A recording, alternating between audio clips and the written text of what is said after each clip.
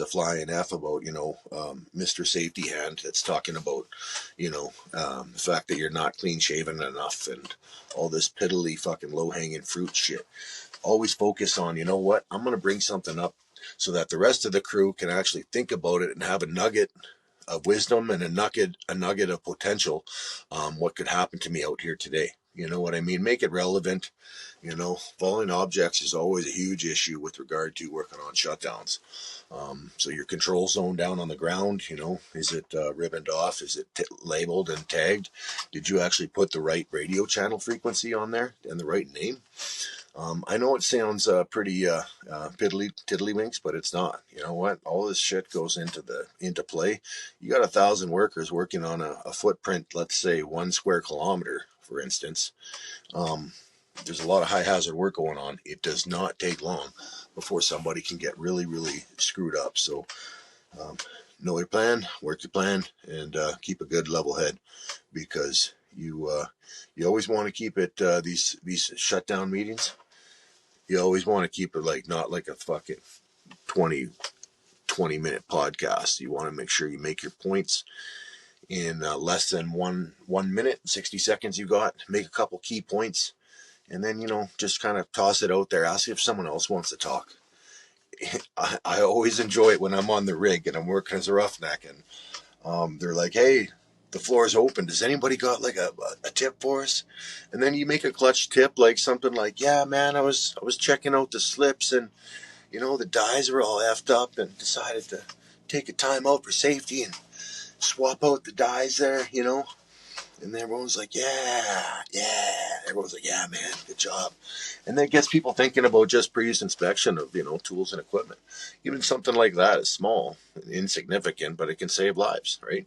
So, that being said, get your Red Wings, your Timberland boots. Make sure you got a good pair of boots. In review of today's podcast, remember that if you want to level up in Super Mario Brothers, well, you got to do lots of hallucinogens and do lots of mushrooms.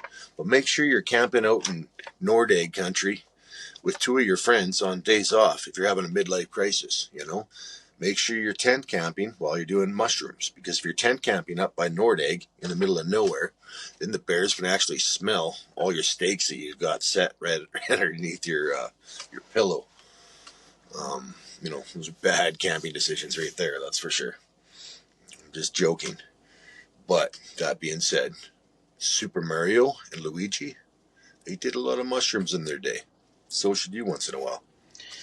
We talked about types of lodging.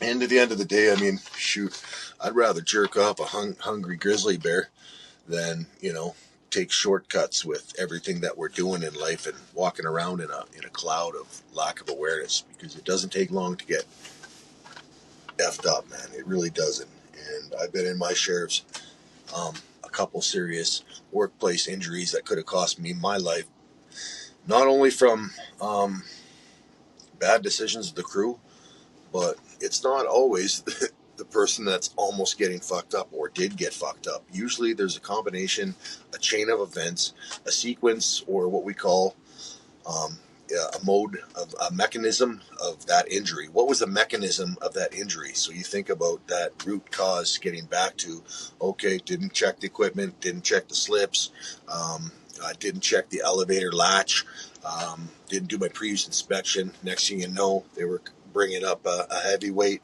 pipe, come out of the elevators and, narrowly hit somebody in the head. So stuff like that, man, you really got to stay on board. Otherwise, you're not going to be on the board for long in this life. So thanks for tuning in, and always remember, shutdown heroes pretend to be gay. 1. Shutdown heroes, they're always hacking darts in the smoke pit, giving out their resumes. But here's another good tip.